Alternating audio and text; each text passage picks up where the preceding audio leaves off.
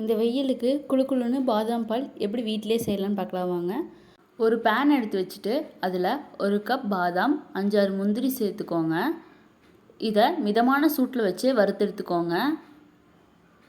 Flame அதிகமாக வச்சிங்கன்னா முந்திரி பாதாம்லாம் தீஞ்சு போயிடும், அப்புறம் டேஸ்ட் நல்லா இருக்காது. அதனால் சிம்மில் வச்சு வறுத்துக்கோங்க.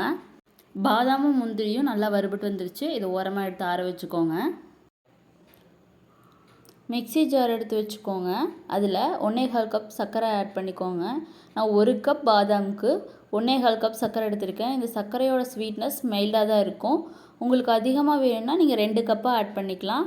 1 டேபிள் ஸ்பூன் மஞ்சள் தூள், 5-6 ஏலக்காய் சேர்த்து பவுட்ரு பண்ணி எடுத்துக்கோங்க. ஆற வச்சுருந்த பாதாம் முந்திரியை உள்ளே கொட்டி அதையும் பவுடர் பண்ணி எடுத்துக்கோங்க.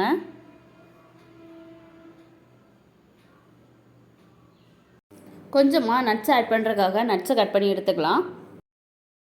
நான் நட்ஸ் பாதாமும் முந்திரியும் எடுத்திருக்கேன். உங்ககிட்ட பிஸ்தா இருந்தால் கூட நீங்கள் அதை ஆட் பண்ணிக்கலாம்.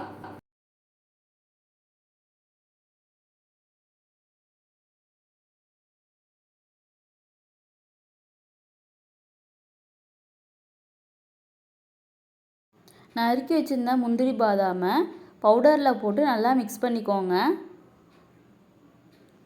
இதுக்கு எதுக்காக போடுறோன்னா, பாதாம் பால் குடிக்கும்போது கொஞ்சம் க்ரன்ச்சியாக இருக்கும். போட்டிங்கன்னா ரொம்பவே டேஸ்ட் நல்லாயிருக்கும். இப்போ வாங்க நம்ம செஞ்ச பாதாம் பால் பவுடரை வச்சு எப்படி பாதாம் பால் செய்யலான்னு. ஒரு பாத்திரத்தை எடுத்து வச்சுட்டு அதில் 1/2 லிட்டர் பால் சேர்த்திக்கோங்க. பால் நல்லா பொங்கி வரட்டும்.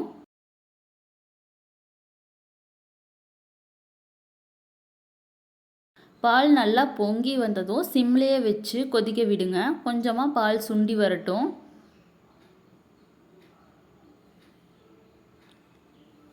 பால் ஓரளவுக்கு சுண்டி வந்ததும் நமக்கு தேவையான அளவு நம்ம செஞ்சு வச்ச பாதாம் பால் மிக்ஸை உள்ளே கலந்துக்கோங்க.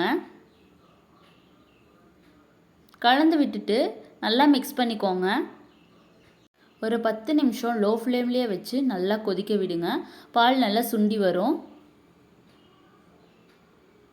அப்போ தான் பாதாம் பால் குடிக்கும்போது நல்லா க்ரீமியாக இருக்கும்.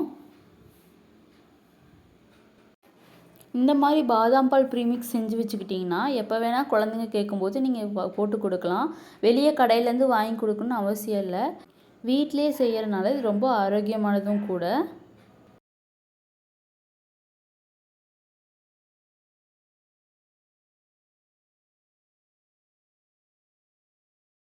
பத்து நிமிஷம் லோ ஃப்ளேம்லேயே வச்சுருந்தனால நல்லா பால் சுண்டி வந்திருக்கு பாருங்கள்.